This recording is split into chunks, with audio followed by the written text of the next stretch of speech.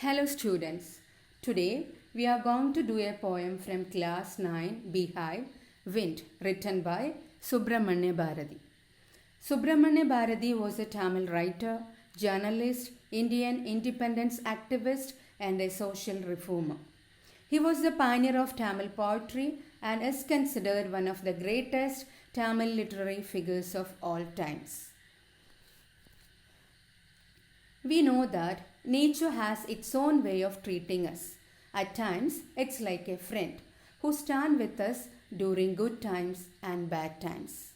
But there are also times when nature wreaks havoc like an enemy. It disturbs our life in the form of storm, cyclone, flood, and earthquake.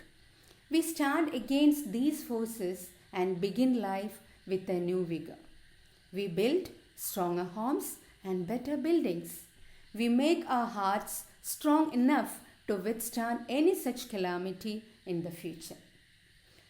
Now, in the wake of coronavirus outbreak, our life has come to a grinding halt. But we all are striving hard to overcome this situation. We should be mentally tough and physically strong in order to survive the hardships of life.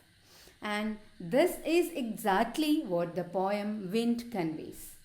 The poem teaches us how we should stand against our oppressors.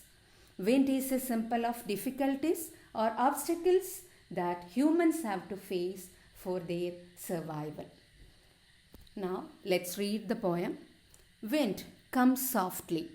Don't break the shutters of the windows. Don't scatter the papers. Don't throw down the books on the shelf. There, look what you did. You threw them all down. You tore the pages of the books. You brought rain again. You are very clever at poking fun at weaklings. Frail, crumbling houses, crumbling doors, crumbling rafters, crumbling wood, crumbling bodies, crumbling lives, crumbling hearts. The wind god winnows and crushes them all. He won't do what you tell him. So, come, let's build strong homes. Let's join the doors firmly. Practice to firm the body. Make the heart steadfast. Do this, and the wind will be friends with us. The wind blows out weak fires. He makes strong fires roar and flourish. His friendship is good. We praise him every day. The poet has drawn the living picture of the wind, which makes fun of the weak people or things. The poet begins by requesting the wind to blow softly. But the wind doesn't accept the plea. It blows violently and causes destruction. The wind breaks the shutters of the weak windows. It scatters the papers and throws down the books on the shelves.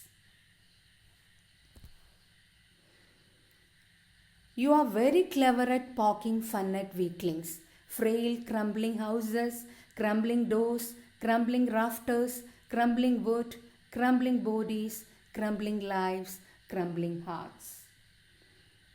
The poet says that wind makes fun of weak persons and things.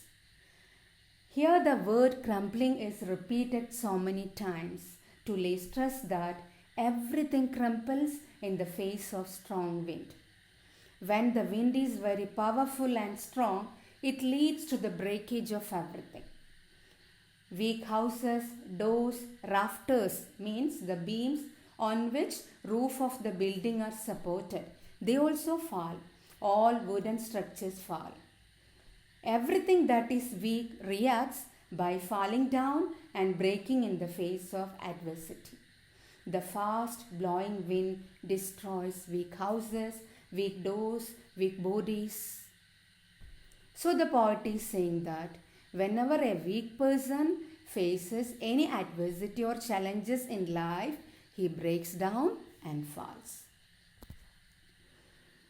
The wind god winnows and crushes them all. He won't do what you tell him. So, come, let us build strong homes. Let's join the doors firmly. practice to firm the body, make the heart steadfast. The poet has regarded wind as a god. He says that the powerful wind god winnows, that means he sifts all the people, and the people who are weak fall down and crushed.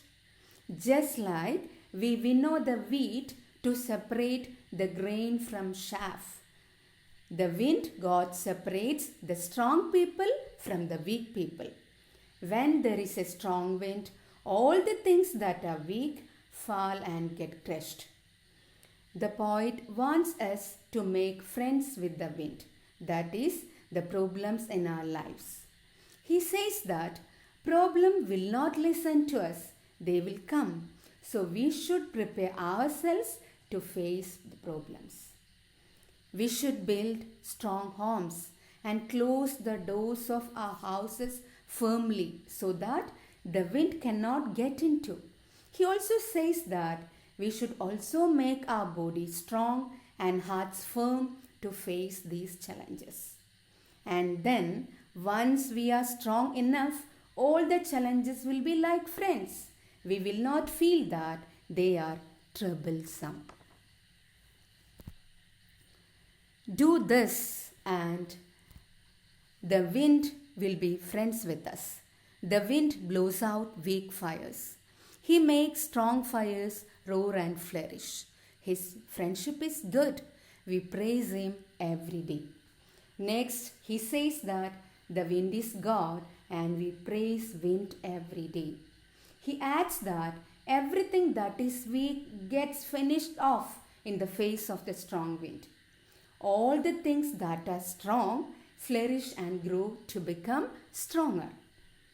The poet gives us a very important message that we should not feel bad that we are facing so many challenges or obstacles in life.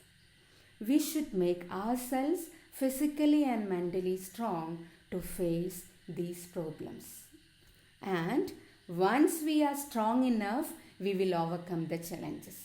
We will become friends with them, and then we will be happy that these challenges help us to become stronger and better. So the poem inspires us to face the challenges and hardships with courage, grit, and firm determination. Wind is a symbol of problems and obstacles which are to be dealt without fear.